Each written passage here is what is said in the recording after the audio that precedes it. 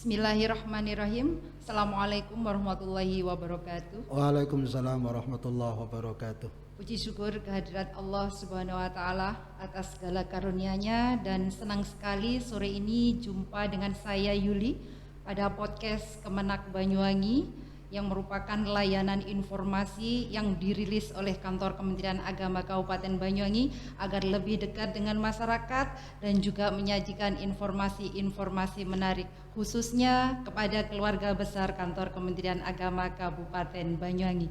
Baik sahabat Kemenak, sore ini saya ditemani seorang narasumber.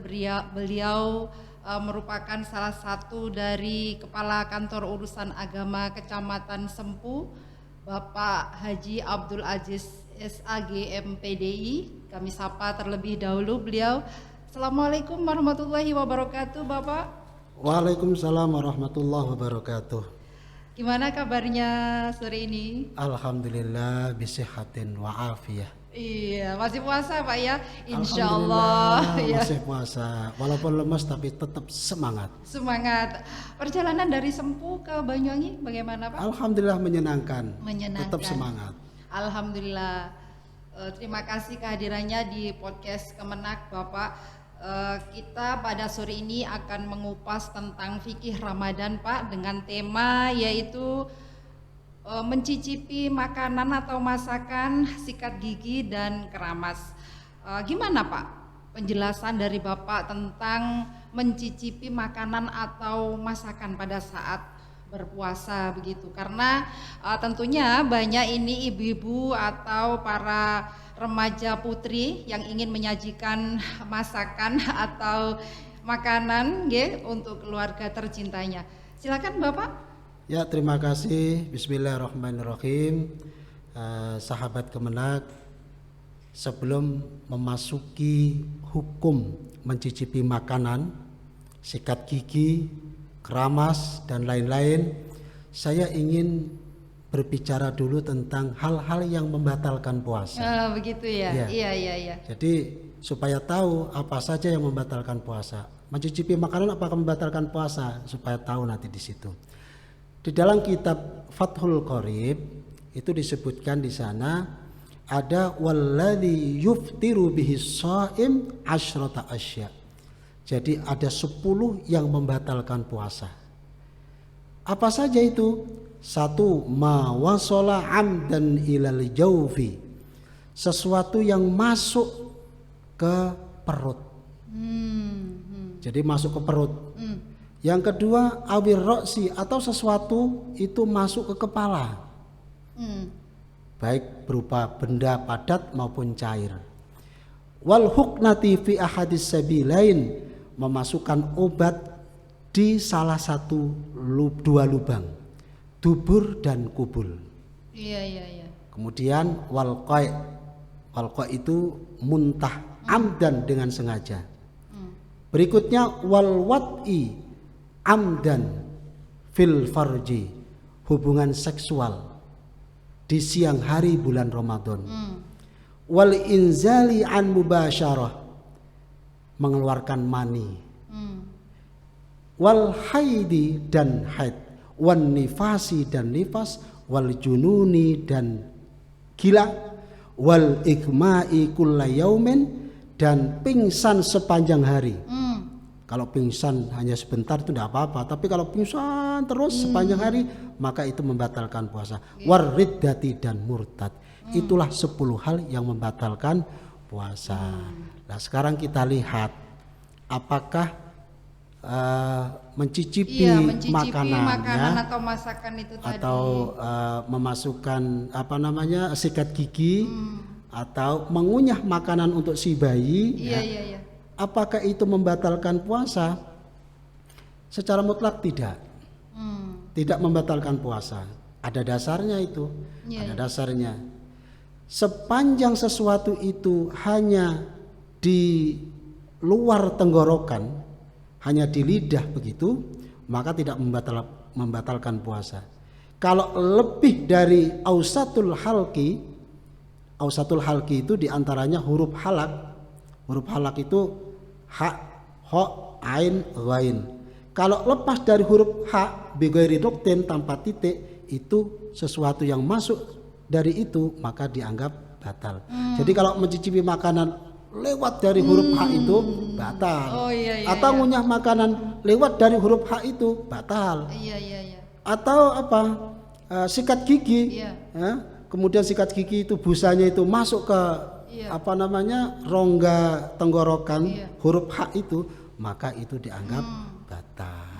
Begitu Mbak Yuli. Iya. Jadi apa namanya, kalau hanya mencicipi biasanya ini Pak, kaum ibu-ibu gitu kan takut tentang rasa makanan atau masakannya, mereka mencicipi hanya di ujung lidah kok Pak, nggak sampai. Berarti itu tidak membatalkan puasa ya Pak ya? Mencicipi makanan ada dua ya. Ada dua. Sebetulnya mencicipi makanan dalam rangka untuk menyajikan keluarga berbuka puasa itu malah wajib sebetulnya. Dicicipi dulu. Ini asin atau kurang asin, ini manis atau kurang manis, itu harus harus dicicipi dulu supaya nanti hidangan itu sempurna untuk orang yang berpuasa. Nah, kemudian mencicipi tanpa hajah, tanpa keperluan, itu hukumnya makruh. Tetapi kalau mencicipi dalam rangka ada keperluan seperti tadi itu, menyuguhkan untuk orang yang berpuasa, keluarga yang berpuasa, itu tidak apa-apa. Oh begitu ya. Boleh saja. Oh iya, terima kasih. Untuk selanjutnya ini Pak, pada saat kita mencicipi atau mengunyahkan makanan untuk si bayi kita Pak. Nah ternyata ini Pak, tanpa sengaja ini ada makanan yang tersisa di sela-sela gigi kita. Kalau orang Banyuwangi bilang itu selilitan ya. Itu gimana Pak? Ya, selilitan itu dalam Fathul Mu'in disebutkan ya. Oh, sudah dibahas itu oleh ulama-ulama terdahulu. Lau baqiya ta'amun baina asnanihi fajara bihi riquhu bi tab'ihi la bi qasdi lam yubtir. Jadi begini, singkatnya begini. Jadi kalau kita itu makan kemudian kita itu lupa untuk gosok gigi, di situ ada selilit ya. Selilit itu bahasa apa saya nggak tahu. Pokoknya orang Banyuwangi selilitan itu Pak. Nah, selilit itu kalau kita itu tidak sengaja menelan maka enggak apa-apa. Tetapi kalau kita itu selilitnya sate ini, enak ini, kita telan, maka itu membatalkan puasa. Karena itu lewat dari huruf H tadi itu. Tenggorokan tadi itu ya, huruf halqah, huruf H yang bighairi nuktin. Kalau H enggak apa-apa, H itu masih di luar ausatul halq. Tapi kalau lebih dari ausatul halq, sesuatu masuk itu maka dianggap batal. Maka dari itu penting setelah makan itu gosok gigi supaya tidak ada apa? Ta'amun baina asnanihi. Sisa-sisa makanan, selilit dalam bahasa kita itu. Iya.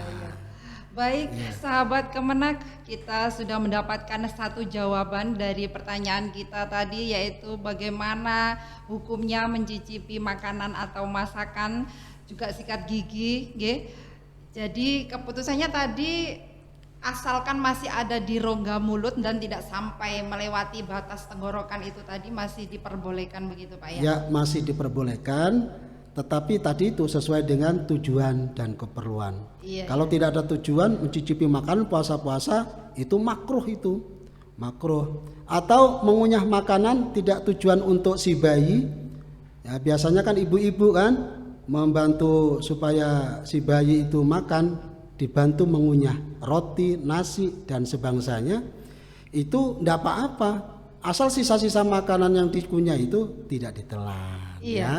Terima kasih. Selanjutnya Bapak, pada kesempatan yang berbahagia ini kami juga ingin menanyakan satu tema lagi tentang keramas ini Pak. Keramas. Kadangkala masyarakat kita ini kalau ada tetangganya atau saudaranya atau keluarganya keramas pada saat dia berpuasa, nanti kamu batal. Nah, ini menurut panjenengan, menurut Pak Haji sendiri penjelasannya seperti apa Pak? Ya, kalau hanya keramas di siang bulan Ramadan itu tidak apa-apa. Tidak apa-apa karena kepala itu tidak ada lubang tapi ada rongga. Tetapi kalau kita itu sengaja memasukkan benda cair atau benda padat ke kepala, maka itu batal. Kalau hanya sekedar keramas tidak. Jadi ada beberapa hal yang bisa membatalkan puasa itu kepada lubang-lubang telinga. Kalau kita keramas kemudian airnya masuk, kemudian masuknya ini sampai kepada tenggorokan, ausatul halq tadi itu, maka membatalkan puasa. Jadi juga ada batasannya ya Pak Ada ya? batasannya. Jadi termasuk lubang hidung, ini lubang telinga 2, kemudian lubang yang bawah itu ada 2. Lah dubur dan kubul. Lah dubur bagi orang mau mengeluarkan air besar, berak, kalau di kloset kering nggak apa-apa. Tapi kalau dia itu buang kotoran, BAB, ngembrek di air, apa ngembrek itu bahasa kita? Bahasa Banyuwanginya itu kongkom itu Pak. Ya, kongkom. Kalau komkom itu sambil BAB, itu sesuatu benda cair, air itu masuk itu membatalkan puasa. Begitu. Jadi alangkah lebih baiknya dan kehati-hatian itu kita buang air besarnya di kloset gitu Pak ya. Di kloset saja. Ya tadi soal keramas sudah Pak ya kita bahas, mencicipi makanan, sikat gigi juga sudah Pak. Terus ada satu lagi nih Pak, mohon maaf banyak pertanyaan ini ya. Ya enggak apa-apa ya. Iya tentang curek-curek ya kita membersihkan telinga atau kata orang Banyuwangi itu curek gitu ya. Iya. Itu bagaimana Pak penjelasannya Pak? Kalau hanya sekedar membersihkan di dhahirul udunain di luar, ini kan masuk di luar. Tapi kalau batinul udunain sampai kepada ke dalam, kadang-kadang orang sampai wahim itu ya. Itu sudah membatalkan puasa. Tapi kalau dhahirul udunain hanya di luar tok, biasanya kotoran itu hanya di luar. Nah, itu enggak apa-apa. Itu tidak apa-apa. Apalagi membersihkan dalam rangka membersihkan. Membersihkan. Apa-apa. Hanya saja begini Pak, ketika orang curek ini kadang-kala kan kita sambil menikmati nih Pak. Nah, kira-kira tergolong menikmati itu tadi tergolong membatalkan apa tidak itu Pak? Enggak. Kalau hanya menikmati enggak tergolong. Yang tergolong membatalkan itu sesuatu yang masuk. Yang tadi dijelaskan. Mawasola ilal jauf. Jadi sesuatu yang masuk kepada tubuh atau perut itu yang membatalkan. Kalau curek kemudian dinikmati sambil ngiyir-ngiyir, wah itu enggak apa-apa. Apalagi sampai tertidur gitu. Enggak apa-apa ya. Iya baik. Asal tidak batinul udunain sampai ke dalam enggak boleh ya. Hanya di luar saja enggak apa-apa. Demikian. Begitu Pak ya. Iya. Baik sahabat Kemenak, kita sudah di penghujung acara ya. Kami ucapkan banyak terima kasih. Banyak sekali informasi-informasi menarik di podcast Kemenak Banyuwangi. Mudah-mudahan acara ini berkah manfaat gitu ya.